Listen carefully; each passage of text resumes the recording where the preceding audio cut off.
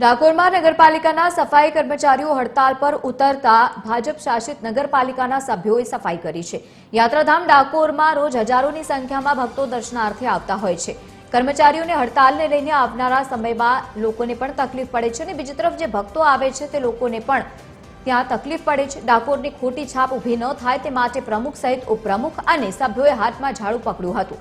સફાઈ કર્મચારીઓ સાથે ઘર્ષણ ન થાય તે માટે નગરપાલિકાએ આ સફાઈ અભિયાનમાં પોલીસનો પણ બંદોબસ્ત માંગ્યો હતો।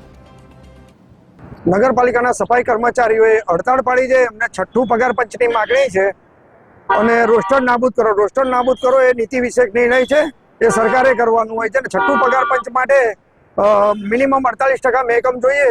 અત્યારે મહેકમ ખર્ચ 62% છે અને એ લોકો એમ કહે છે કે તમે ખોટા આંકડા આપી અને અમને મહેકમ આપો, એ અમારાથી શક્ય નથી। કારણ એવું છે કે ડાકોર નગરપાલિકાના કર્મચારીઓ એમની માંગણી લઈને હડતાલ પર ઉતરે છે।